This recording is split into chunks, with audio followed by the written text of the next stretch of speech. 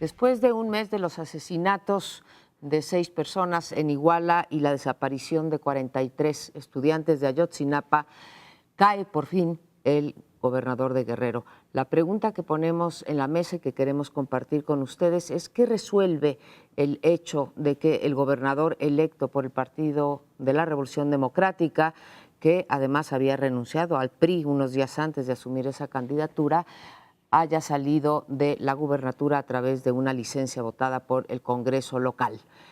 ¿Resuelve, ayuda a las investigaciones o, como dice hoy una encuesta en el periódico Excelsior de BGC de Ulises Beltrán, en donde sorprendentemente más del 70% de los encuestados, si no me equivoco, dice que no está bien que se vaya porque esto significa que no va a asumir su responsabilidad?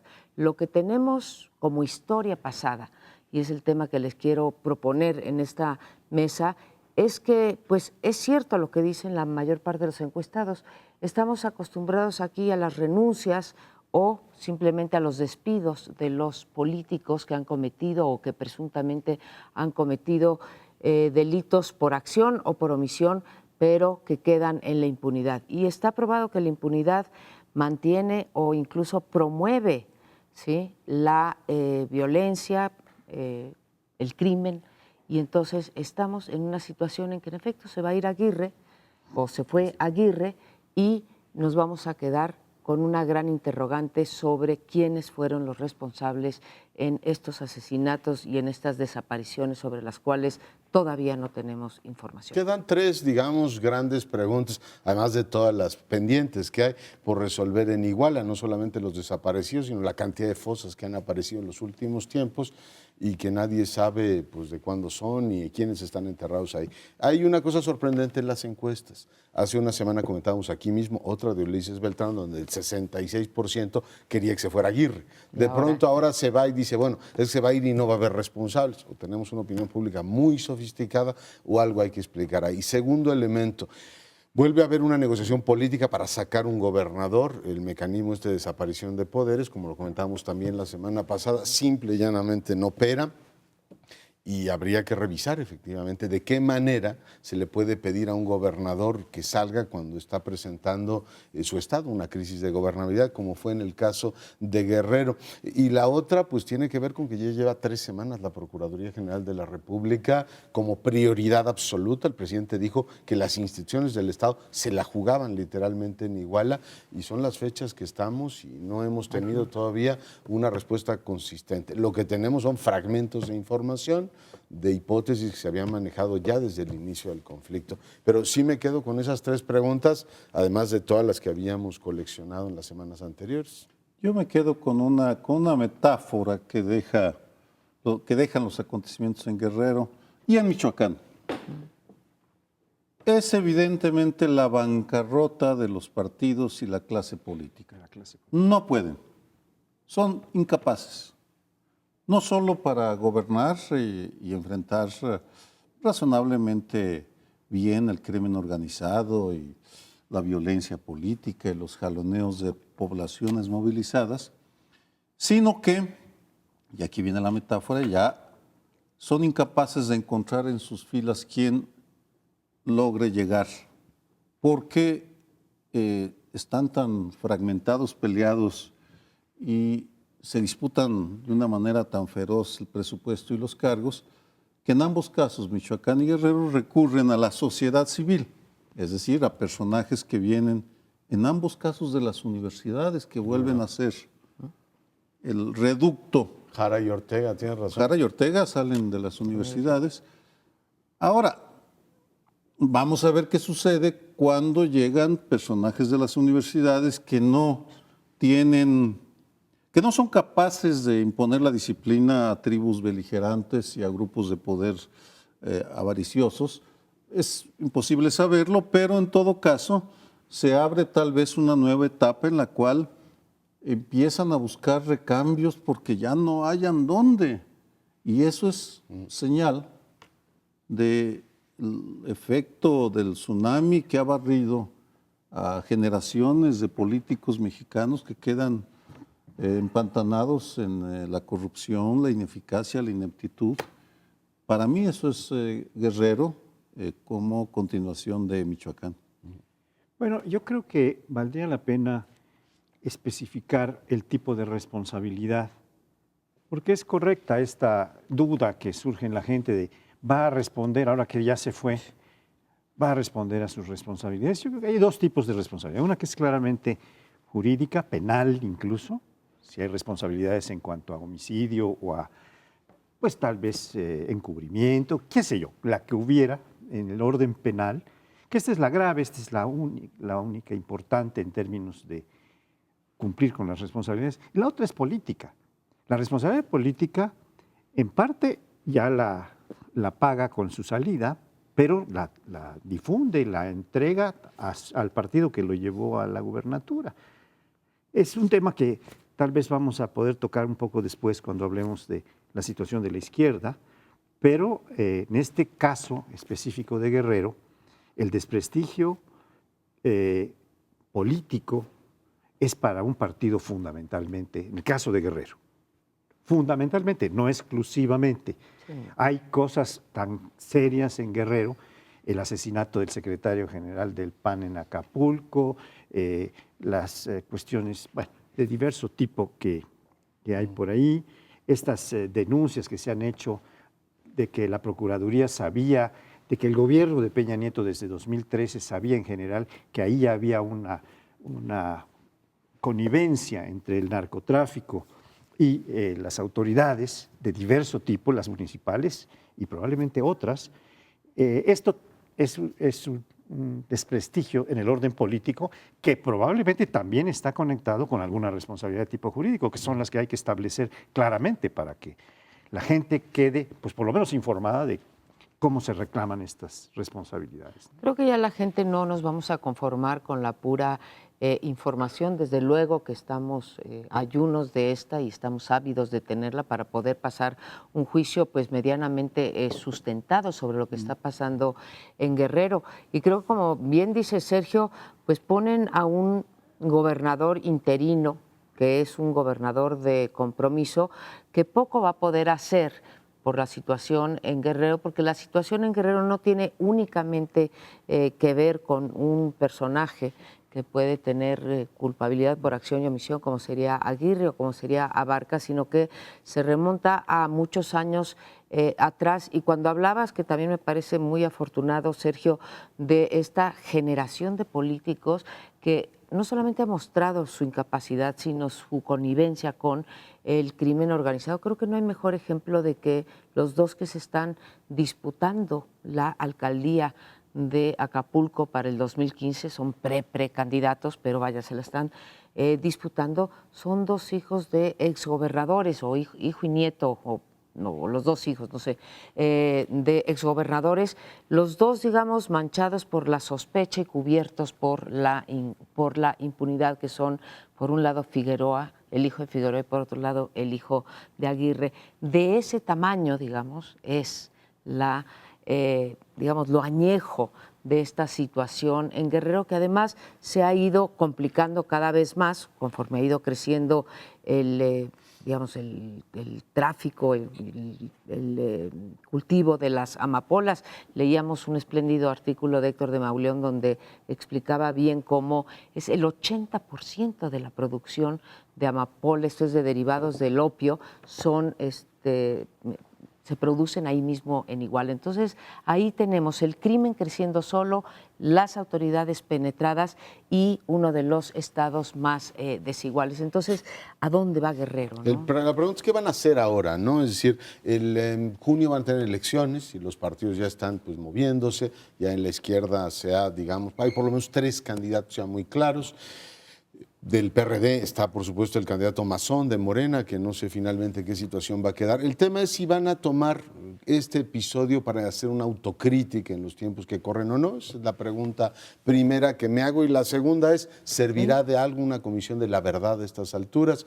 Cuando se estaba dando a conocer lo que ocurrió, un trabajo importante que se hizo para dar a conocer la violencia en los 70, la forma en que una política de Estado fue eliminando gente, te encuentras pues una situación como esta, como la de Iguala, en donde ahora pues el malo ya no es el PRI y el gobierno federal, sino que es un gobierno local absolutamente penetrado por el narco, ambos, el municipal y el estatal del Partido de la Revolución Democrática, y dices, bueno, ¿qué vamos a hacer? Convocar otra comisión de la verdad para que ahora trate de, digamos, ¿cómo se llama?, poner en claro lo que ahí ocurrió. Yo me pregunto, por un lado es una solución, pero si se le puede dar a una comisión de ciudadanos, es pregunta, lo que en un mes la Procuraduría General de la República completa no ha podido establecer. Decir, oiga, a ver, usted que es tan inteligente y es tan probo, díganos qué es lo que ocurrió en Iguala. La verdad es que no tengo ni idea. Hasta el padre Solalinde salió, según reportaban las crónicas, hay raspadísimos, cuando las víctimas le dijeron los padres, dijeron, oiga, no nos venga a contar que nuestros hijos están, quizá por esta llama de esperanza, ¿no? De decir, mi hijo a lo mejor no murió, pero en suma, no estoy seguro que alguien salga bien librado ahí. Son dos preguntas que me hago hacia el futuro. Yo añadiría una tercera pregunta que espero no tomen a provocación, pero hay un actor que nadie menciona y solo aparece de cuando en cuando y me pregunto si no valdría la pena incorporarlo, la guerrilla. Sí. Guerrero Está metido. es un lugar, un estado en donde por razones históricas que tienen que ver no solo con marginación, pobreza, sino por una tradición de lucha muy antigua. Ahí se asentó una guerrilla rural muy fuerte en los años 60 y 70. No se menciona. Probablemente no tenga nada que ver. Es muy difícil. Allí entramos en un terreno extraordinariamente delicado, pero ya que estamos sacando todos los trapitos, no nuestros, al sol, sino los de los actores, los elementos, Sí, guerrilla, narco. me parece que vale la pena tomar en cuenta que la violencia por razones políticas siempre ha estado presente en México y sigue todavía ahora siendo una tentación para amplios sectores de la población que consideran que con estos políticos, estos partidos y estos gobiernos no hay esperanza alguna, que se tiene que empezar de cero y que para empezar de cero hay que barrer con lo que existe y que la única forma en que van a entender es con los fusiles. No comparto ese punto de vista, pero no podemos negar que existe esa perspectiva. Claro que existe. Y además se ve con cierta alarma y pena a la vez lo que pueda hacer este gobernador interino, que viene de la universidad, de un trabajo académico, sociólogo, que en 6 meses que nos quedan por delante, ya que las elecciones son a principios de junio, no se puede contar el mes de junio, estamos hablando de noviembre, diciembre, que es un mes muerto para muchas cosas, y tenemos otros 5 meses por delante hasta mayo. ¿Qué puede hacer un gobernador con esta impotencia, con este descrédito tan brutal, con esta incapacidad para aclarar las cosas después de más de un mes que ya se cumplió, tanto de las primeras muertes que se dieron en el 23 de septiembre como la del 26, 27, que es donde se presume hubo la desaparición de estos 43 que se están buscando? ¿Qué puede hacer un gobernador que queda pues casi completamente amarrado de brazos? No tiene recursos para... ¿Qué podemos esperar? ¿Quién sabe? Ay, con que haga un poquitito más, ya con eso vamos a estar contentos. Pues si cuenta con el respaldo Está de la pidiendo que lo federación. apoyen las fuerzas federales, eso es lo que está pidiendo de entrada. Sí, uno se pregunta por qué no ocurrió aquí también el michoacanazo, pero Leonardo quería cerrar. Las fuerzas federales le dirá al procurador, También. oiga, yo llevo 3 semanas aquí, Y no sé si se ha tampoco. enterado, señor gobernador. No lo sé. A mí lo que me preocupa es que haya también otros movimientos que además de la causa de Ayotzinapa, que ha, por supuesto, indignado a todo México y a buena parte de la opinión pública mundial, haya estos grupos que estén intentando romper esa solidaridad con actos tremendamente agresivos. Al gobernador, los de Ayotzinapa, lo recibieron ayer, bloqueándole 8 horas la autopista México-Acapulco, que entiendo que recurran a ese tipo de cosas, pero claramente lo ponen en una situación, en un perfil de desgaste inicial muy fuerte. Mismos que también hay que condenar ese tipo de actos que son ajenos además al movimiento. Nos vamos a un corte comercial y regresamos en unos momentos. En general, como ya se planteaba un poco en el bloque anterior, hay un descrédito generalizado con la clase política. No solo, pero se recarga este descrédito, esta desautorización, esta crítica sobre la izquierda, porque la izquierda ha tenido en los últimos tiempos, sobre todo casos de de Guerrero que tocábamos en el bloque anterior, ha sido muy importante para provocar este descrédito, y también las contradicciones que se establecen en el PRD con las tribus, por un lado, en donde se imputan responsabilidades unas a otras de las tribus, y por otro lado con López Obrador, que ayer tuvo su mitin que trataremos más adelante, pero él dice, yo no conocía a Barca, es decir, al alcalde de Iguala, pero no se le imputa eso como responsabilidad fundamental, sino la propuesta que ha hecho de Mazón, que fue el principal apoyo de Abarca para llegar a la alcaldía, y él lo ha propuesto, López Obrador lo ha propuesto como candidato al gobierno de Guerrero por Morena. De tal manera que eso es lo que le están pidiendo a López Obrador que responda. Lo de Abarca pues, es un asunto que no le toca tan directo, pero él propuso personalmente y directamente a Mazón para ser candidato de Morena, un partido nuevo, un partido que tiene toda la expectativa de transformar a la izquierda, y esto ha generado una crisis muy fuerte.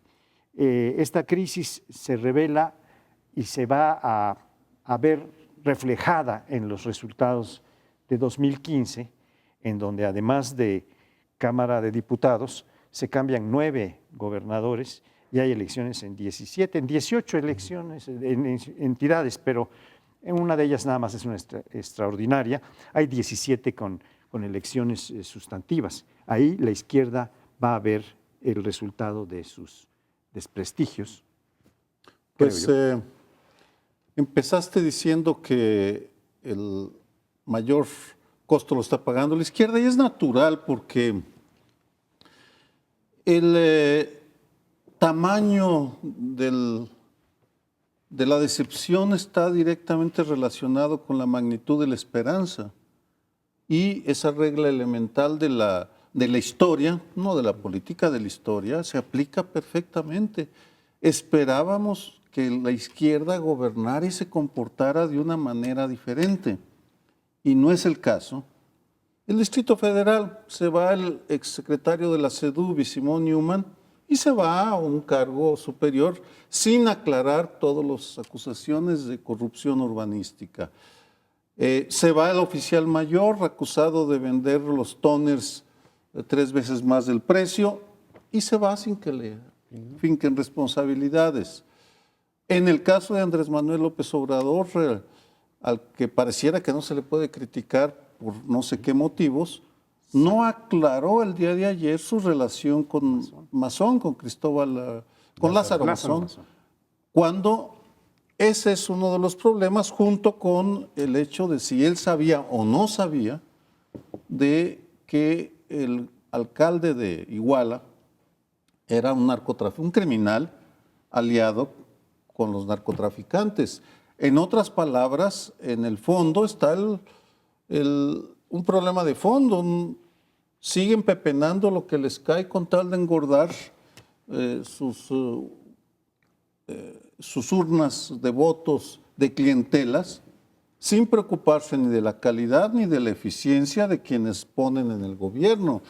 Y ese asunto es el que no están tardando. Por supuesto que el tamaño de la desesperanza es enorme, es gigantesco en estos momentos. En este caso se ha centrado en el PRD porque gobernaba el estado de Guerrero y el municipio de Iguala, pero yo creo que el desprestigio es muy general. Sí. Digo, hay que recordar que un exgobernador interino del PRI en Michoacán está en la cárcel ahora y les ha pegado un montón de alcaldesas del PRI también, y el PAN no sale muy bien librado de toda esta crisis. Es decir, hay un descrédito completo de la vida política. Sí, sí. Y López Obrador, que había jugado de una manera bastante eficaz esto de yo soy un político nuevo, a pesar de que es un político muy tradicional, ha tratado de vender esto como un partido nuevo y mucha gente se pregunta, ¿y qué tiene nuevo tener a Ricardo Monreal, que ya gobernó Zacatecas, o qué tiene de nuevo llevar a Manuel Bartlett? En fin, no me extiendo entre todos los que han sido sus aliados. Lo que está absolutamente claro hoy es que esa izquierda, en general, la morena o la del PRD, tanto vale, no ha logrado tener una posición clara respecto al crimen organizado. Hoy lo dice muy bien Samarripa. Sí, Y hace sus 9 muchos años puntos. lo planteó el que fue Tony Blair, el que fue mi primer ministro de Gran Bretaña. Es decir, la izquierda tiene una relación ambigua con el tema de la ilegalidad.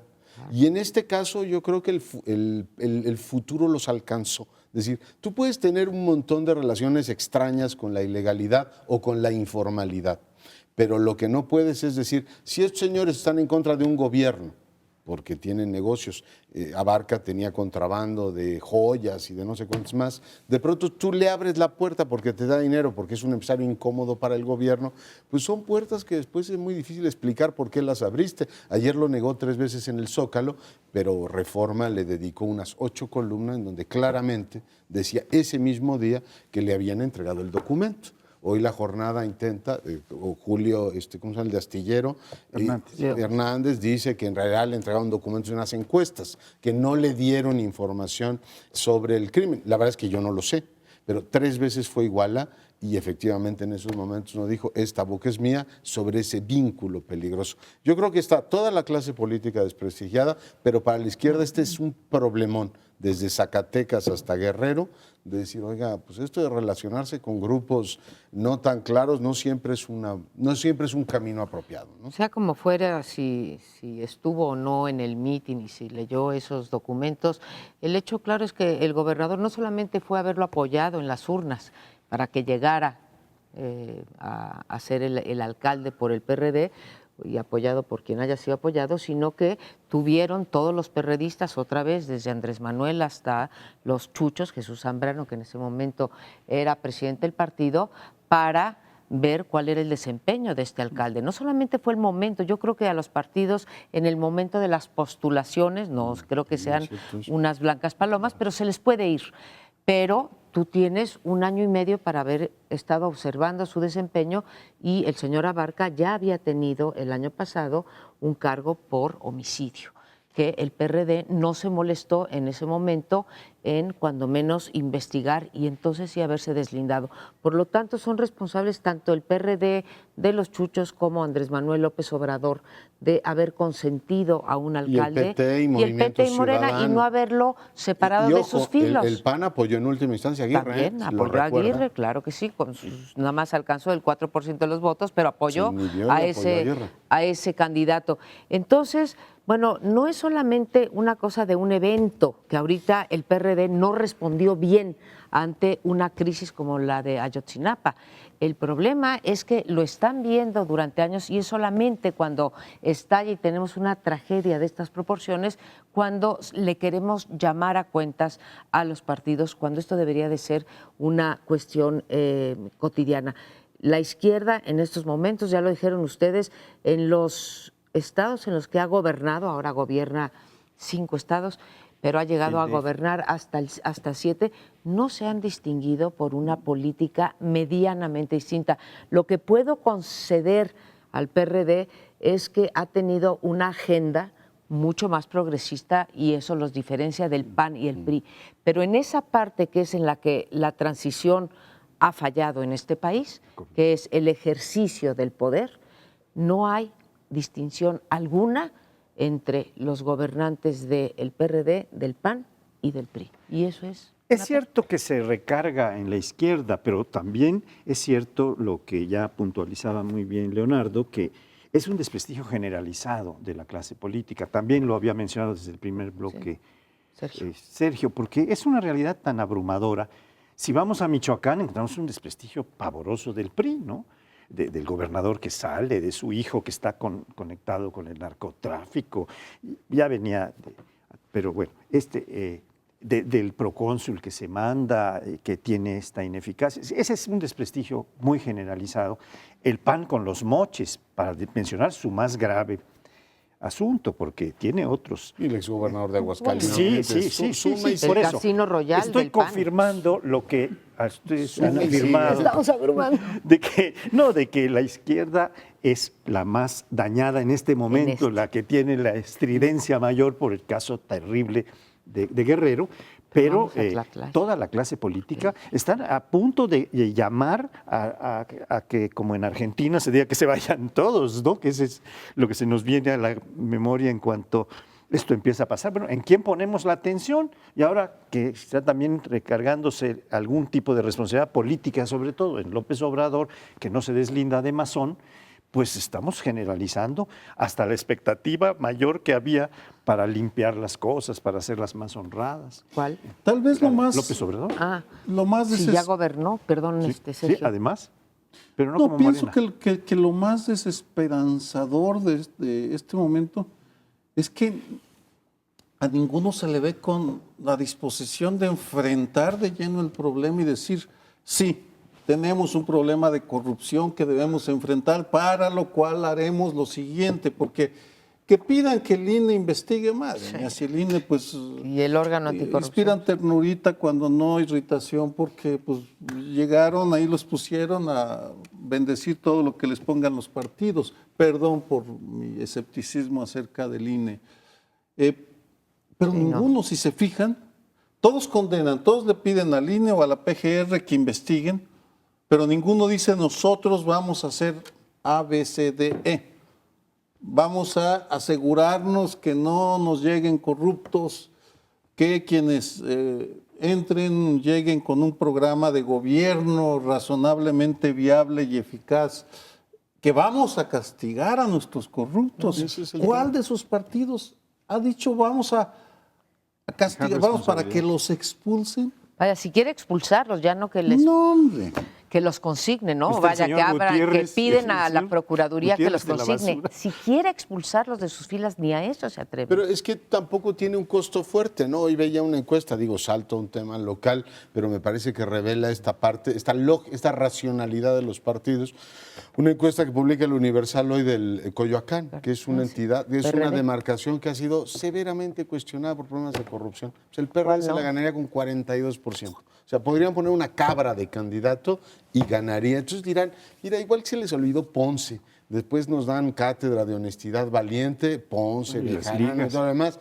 Todo el mundo se les va a olvidar. Eso vale para el PRI, digo, vale para el PRD y para Morena, vale para el PAN y vale para el PRI. Dicen, esto se les va a olvidar en 2 semanas ya. O sea, una vez que resuelvan el caso Ayotzinapa, ya para las elecciones van a decir, bueno, sí es muy malo este partido, pero en el fondo son peores los otros. Y apuestan a que la clientela los defienda finalmente. Bien, pero hemos concluido con este bloque porque se nos vino el tiempo encima. Vámonos al siguiente para recuperar algunos segundos que teníamos del bloque anterior. En el 2011, cuando le matan a su hijo, Javier Sicilia lanzó un grito de "estamos hasta la madre". Se refería a la violencia. El día de ayer publicó en Proceso un artículo en el que llama a abstenerse de ir a votar en el 2015 como señal de protesta. En esta mesa, entre otros lados, pero sí, creo que aquí empezó, no estoy seguro, José Antonio Crespo lanzó en el 2009, o finales del 2008, la idea de ir a anular el voto como señal de protesta en el 2009 y curiosamente en aquellos hace 5 años, 1.900.000 anulaciones. casi 2 millones de personas anulamos el voto, me incluyo. Me parece que no estaría mal empezar a explorar la idea de anular el voto en el 2015 como señal de protesta. Es diferente abstenerse, no ir, que anular. Anular es un acto consciente que queda registrado, pero tal vez valdría la pena de añadirle una serie de demandas mínimas que trasciendan ideologías, financiamiento de partidos, por ejemplo, que bajen, corrupción, etcétera. Pero en todo caso, lo que empezamos a ver son iniciativas como la lanzada el día de ayer por Javier, el poeta Sicilia, de que la sociedad tenemos que reaccionar porque el quebranto y la desesperanza están invadiendo a la vida nacional. Qué bueno que mencionas la distinción entre abstención y anulación, porque sí hay grandes diferencias. Si tú te abstienes, no solamente, digamos, no cuenta Dejas en como manos de los participación, otros. sino que tiene efectos también en la distribución de los votos y entonces tiendes a favorecer al partido mayoritario. Entonces es mucho mejor cuando tú vas y anulas tu voto, ¿sí? Es una forma de protestar. Si te abstienes, habrá algunos que no fueron a la casilla porque no pudieron y otros como forma de protesta, pero ahí no queda claro. Si anulas, quiere decir que fuiste y que estás en contra de, cuando menos, de los partidos que están participando. Ahora, desgraciadamente, esto tampoco tiene mucho efecto, ¿sí? Lo podemos hacer como una medida más de protesta, pero hace ratito hablábamos en los bloques anteriores, ¿sí?, sobre la falta de memoria, ¿no? Entonces, no reciben las señales los políticos. Si tienen, como tuvieron en el 2009, 2 millones o casi 2 millones de anulaciones, suponte que ahora pudiéramos llegar lanzando un movimiento a 4 millones de anulaciones, ¿van a acusar recibo? Finalmente creo que no, porque si no lo acompañamos de otras medidas, porque, Sergio, finalmente llegará en el distrito 1, pues el del PRI, PAN o PRD, en el distrito 2, el de Morena, bla, bla, y se llenarán. No hay manera de que quede vacío el Congreso, ¿sí? O que queden vacías las curules, o que no se elijan a los candidatos, a los delegados o a los alcaldes. Entonces, el efecto es que tendremos pobladas nuestras instituciones de los personajes que lancen a los partidos. Creo que deberíamos de ser capaces, como en algún momento de la semana pasada, algunos que firmamos un desplegado a razón de esto de Ayotzinapa, encontrar algunos mecanismos en donde se castigue a el partido y el candidato donde les duela, en donde, por ejemplo, les dolería en la repartición del dinero, ¿sí? Que no puedan volver a concursar, o competir, o que se les retiren prerrogativas. Por cada voto anulado habrá tanto por ciento menos de financiamiento, porque los otros son como llamadas a misa, ¿sí? Las Yo oyen y no se creo les que sean olvida. llamadas a misa, son una protesta. En 2009 tuvo un efecto muy directo sobre el debate nacional. Lo que creo es que tiene riesgos, es decir, puede beneficiar a los partidos mejor organizados y más tradicionales, y todo el voto, digamos, independiente, que suele beneficiar a los partidos más críticos, en este caso, pues verían mermada su participación. Por tanto,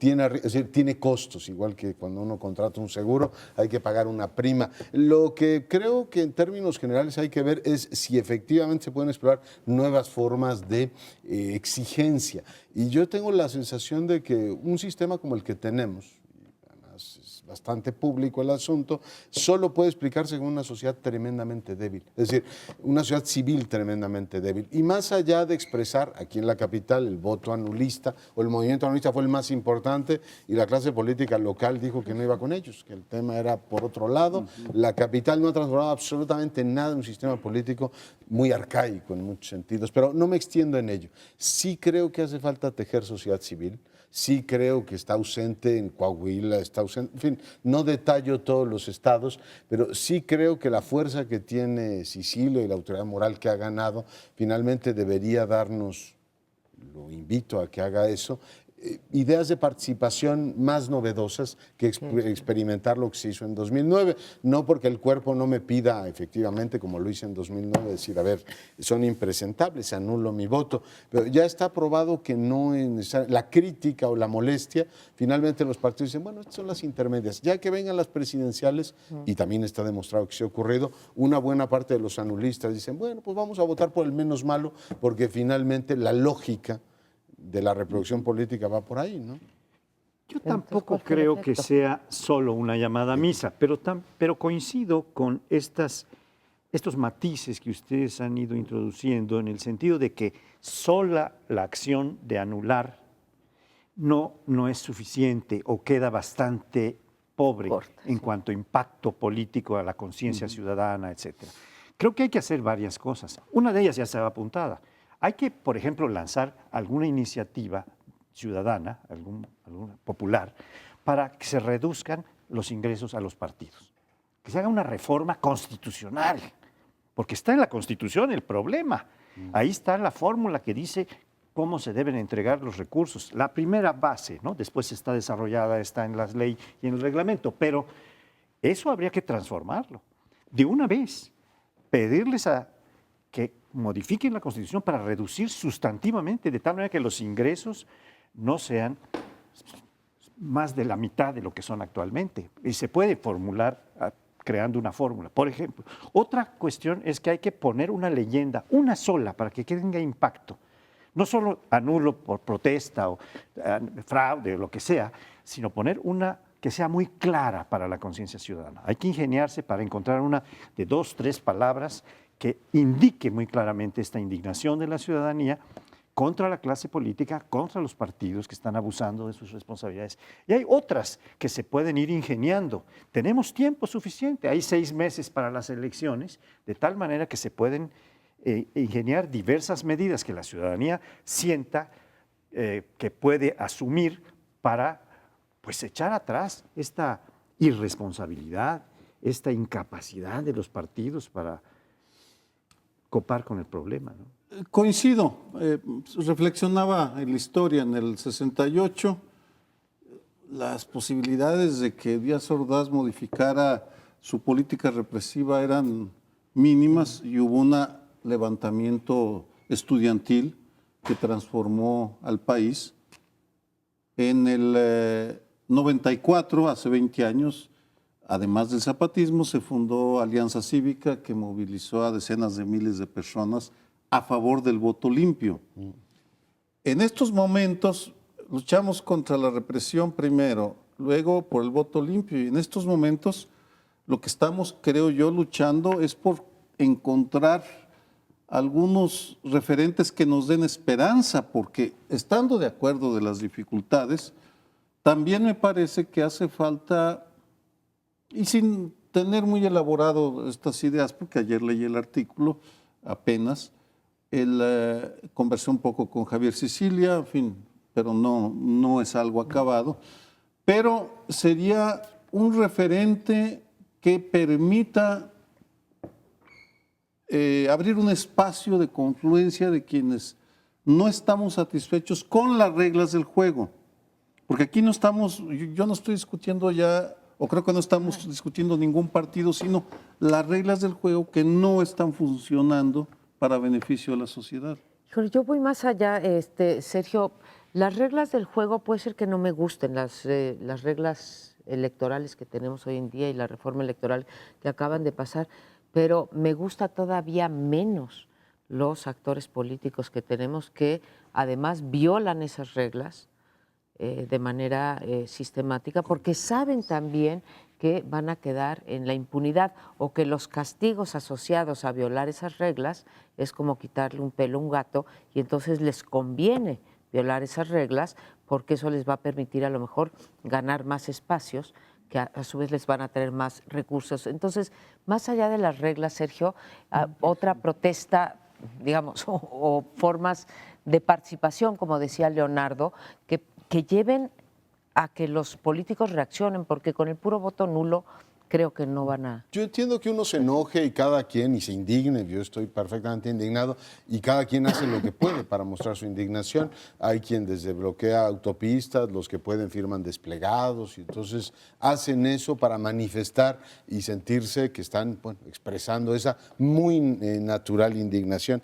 El tema es que pues, por más vueltas que le demos al asunto con una sociedad civil tan débil, vamos a tener la reproducción de estas estructuras políticas partidistas en donde una burocracia controla todo. Si los partidos no sienten que hay una sociedad civil que condena, que reprueba, que no es su aliada de ahora, están enojados ahora, en la intermedia se van a enojar, pero ya después en la presidencial van a jalar todos como corderitos, que es la apuesta de los partidos políticos, no vamos a avanzar. Es decir, para mí el gran asunto, y tú lo has tratado en múltiples ocasiones, Sergio, es la enorme debilidad de una sociedad civil que no sabe organizarse. Una sociedad se puede enojar, y se puede indignar y es perfectamente lógico que eso ocurra ahora.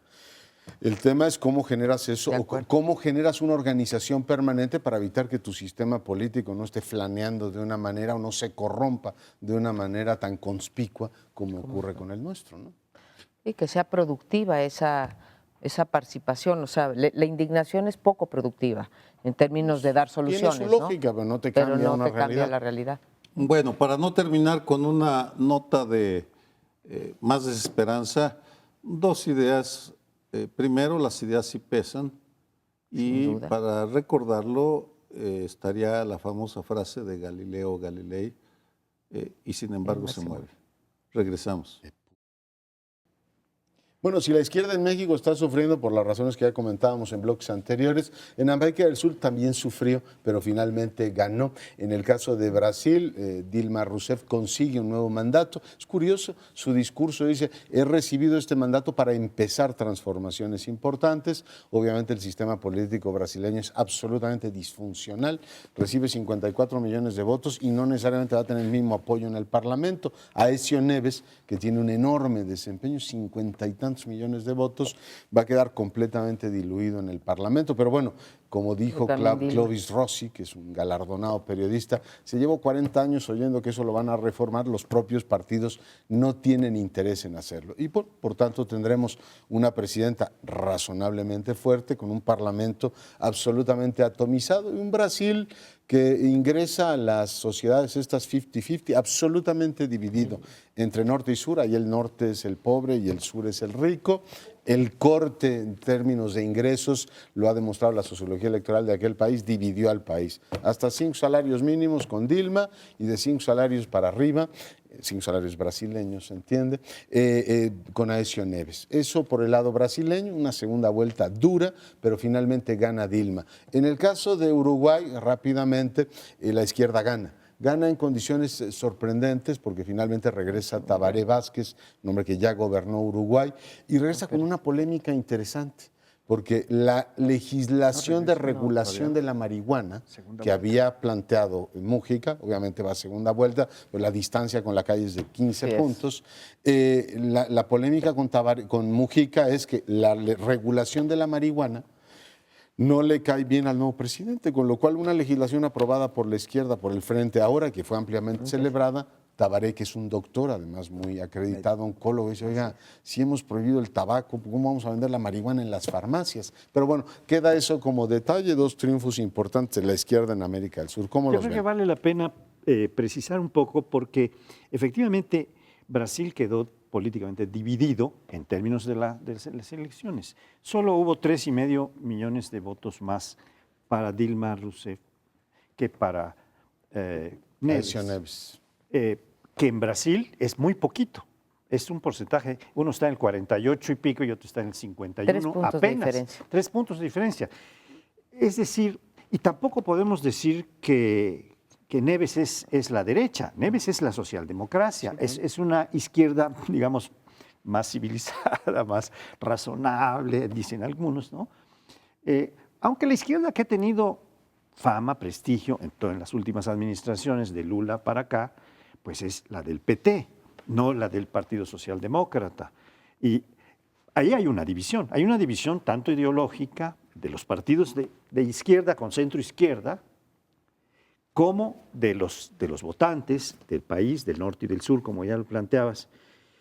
Y por otro lado, yo veo que va a ser muy difícil para Dilma Rousseff cambiar estas cosas que está proponiéndose cambiar, porque no va a tener la fuerza suficiente con estas divisiones de que hablamos para hacerlo. Por el lado de Uruguay, yo veo que este presidente que ya lo fue, se me va su nombre. Tabaré Vázquez. Sí, no tiene toda la razón, aunque sea médico y aunque sea oncólogo, me parece a mí, porque yo creo que ha sido bastante celebrada la posición que ha tenido el presidente de Uruguay y que está mostrando un camino distinto de tratamiento al problema de las drogas. Porque ¿por qué no podemos vender cigarrillos que hacen mucho daño en las farmacias? Ya no, y no vamos a poderlo hacer con las... No podemos hacerlo con la marihuana, que incluso tiene probados beneficios terapéuticos. Madre mía, ¿quién lo vio? Bueno. Paoli. Oye, mira, el fenómeno siempre he defendido brasileño, la legalización. ¿sí? Siempre. Sí, creo que aquí todos, ¿no? Pero a ver, el caso de Brasil sí es muy impresionante. Finalmente fueron 3 puntos de diferencia nada más, pero ahí es cuando uno se pregunta qué pasa con el votante y qué tanto cuestan los errores a los gobiernos.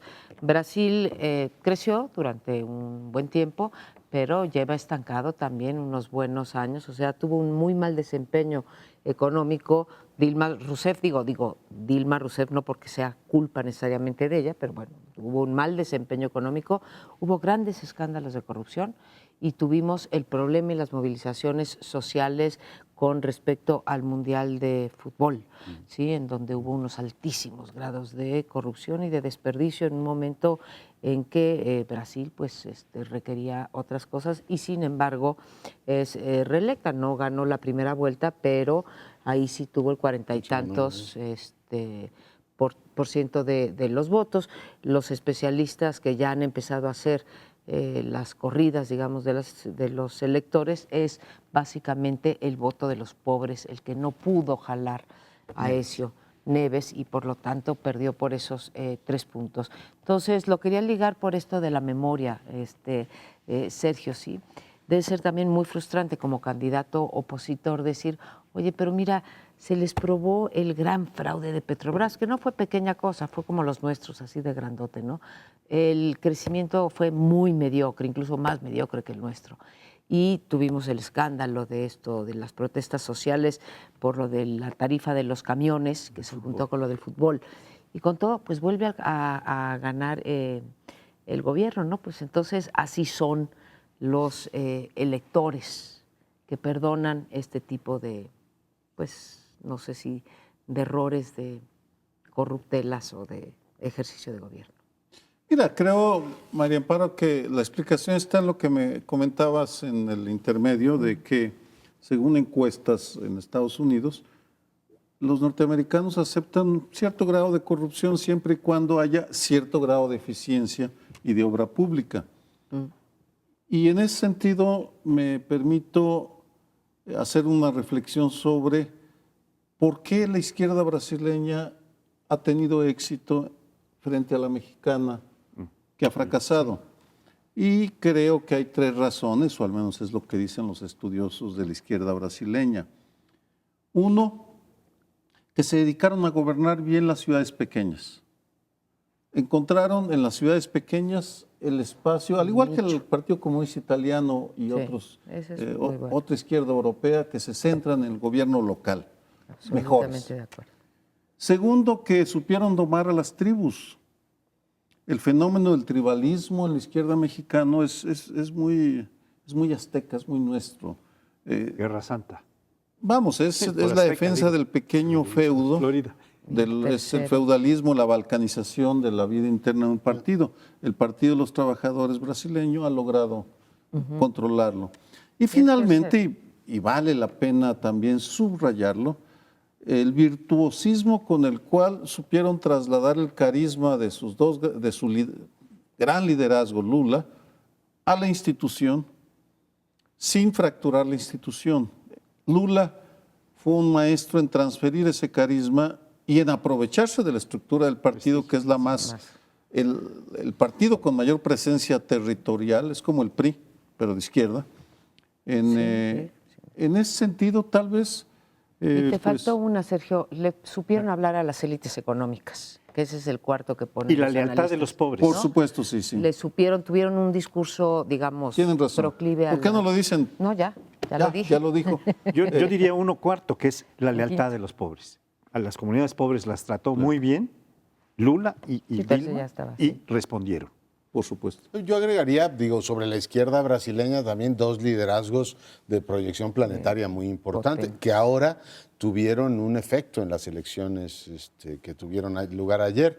Uno es el expresidente Fernando Henrique Cardoso, que sigue siendo un referente. O sea, Aécio Neves no era ninguna figura que tampoco fuera así particularmente emocionante. Sin embargo, Cardoso sigue pesando mucho como el gran arquitecto del nuevo Brasil. Hasta para la legalización de la marihuana. Hasta para eso. Pero es un referente. O sea, habla Cardoso y habla Lula, y en Brasil no es como aquí que habla Fox y habla Salinas y la gente dice, a ver, se callan esos señores. Es decir, no hay una acumulación de liderazgo y de autoridad moral que en el caso de Brasil sí tienen. O sea, De una buena instituciones. parte de la segunda vuelta fue que dice Cardoso, que dice Lula. Obviamente Neves y Dilma se la jugaron además muy bien. Dilma gana en la primera vuelta y gana en la segunda vuelta, primero contra Marina, que fue su espectro. Finalmente Aécio Neves hace una campaña notable y llega en un segundo lugar. Pero bueno, yo agregaría eso, sí hay liderazgos que se vuelven un referente. En nuestro país, gran parte de la crisis de partidos y crisis política que tenemos es,